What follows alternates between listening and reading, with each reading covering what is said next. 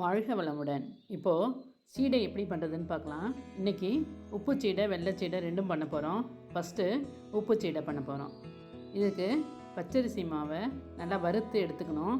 இந்த மாவு எப்படி பண்ணுறதுன்னு ஒரு வீடியோ போட்டிருக்கேன். அந்த வீடியோவோட லிங்க்கு கீழே டிஸ்கிரிப்ஷன் பாக்ஸில் கொடுத்துருக்கேன். அதில் போய் செக் பண்ணிக்கிங்க. நான் அடுத்து உளுந்தை வறுத்து நைஸாக அரைச்சி எடுத்துக்கணும். உளுந்தை இந்த அளவுக்கு சிவக்க வறுத்து எடுத்துக்கலாம். எல்லா மாவையும் சலித்து எடுத்துக்கணும். இதற்கு தேவையான பொருட்கள் என்னென்னு பார்க்கலாம். இடித்து வறுத்த மாவு 4 டம்ளர், தேங்காய் 1 டம்ளர், எள்ளு 2 ஸ்பூனு, பெருங்காயம் 1 ஸ்பூனு, வெண்ணெய் 3 ஸ்பூனு, உப்பு தேவையான அளவு, உளுந்து மாவு 1 டம்ளர். 4 டம்ளர் அரிசி மாவுக்கு 1 டம்ளர் உளுந்து மாவு. இப்போ அது எப்படி பண்ணுறதுன்னு பார்க்கலாம். அரிசி கூட உளுந்து மாவு, உப்பு, எள்ளு, பெருங்காயத்தூள், தேங்காய், இது கூட வெண்ணெய் 3 ஸ்பூன் ஆட் பண்ணிக்கிறோம். இதை எல்லாத்தையும் நல்லா மிக்ஸ் பண்ணிடணும். ஃபஸ்ட்டு தண்ணி ஊற்றக்கூடாது. நல்லா எல்லாத்தையும் மிக்ஸ் பண்ணிவிட்டு தண்ணி ஊற்றி பிசையணும். இப்போ இதை நல்லா பிசைஞ்சு இந்த அளவுக்கு மாவை ரெடி பண்ணிக்கணும்.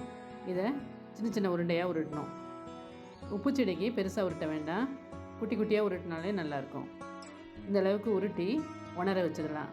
நல்லா உணர்ந்தோட்டு ஒரு வாணலியில் எண்ணெய் வச்சு உணர்ந்த சீடை மாவு போடுறோம். இதை உடனே கிளறக்கூடாது, கொஞ்சம் நேரம் கழித்து தான் கிளறணும். இப்போ கிளறிட்டு நல்லா வெந்தோட்டு எடுத்துடலாம். இப்போ நம்மளோட உப்பு சீடை ரெடி ஆயிடுச்சு. நெக்ஸ்ட்டு வெள்ளை சீடை. இதுக்கும் அதே மாவு தான் தேவை. என்னென்ன பொருட்கள் தேவைன்னு பார்க்கலாம். அதுக்கு அரிசி மாவு, தேங்காய், உளுந்து மாவு, எள்ளு, வெண்ணெய், ஏலக்காய் பவுடர், உப்பு, வெல்லம். இதை எப்படி மிக்ஸ் பண்ணலான்னு பார்க்கலாம். அது 4 டம்ளர் அரிசி மாவுக்கு 1 டம்ளர் உளுந்து மாவு போடுறோம்.